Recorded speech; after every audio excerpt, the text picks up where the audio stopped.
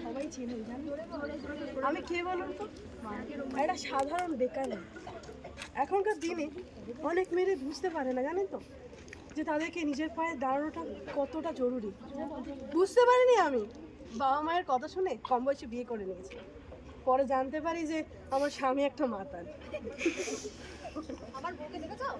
আমার ছোট ছোট দুটো বাচ্চা আছে জানো তো। তাই তোমাদের সবাইকে আজকে আমি বলছি, ঘড়িটা চেয়েছিলাম, ঘড়ি দেয় না।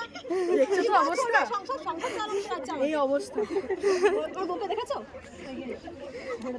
আমি তো বললাম এই ঘড়িটা আমি দেবো না, এই ঘড়িটা আমার বাবার শেষ স্মৃতি। তুমি এখান থেকে যাও, তুমি আজও তুমি আজও নেশা করে এসছো। তোমার কি কোনো ছাড়ো ছাড়ো,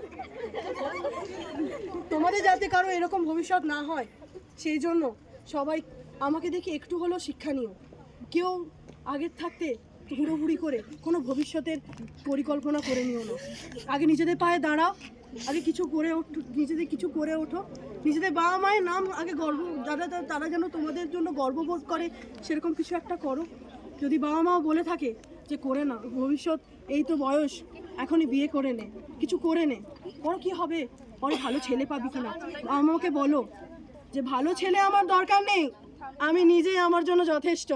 আমি নিজে নিজের পায়ে দাঁড়াবো, তারপরে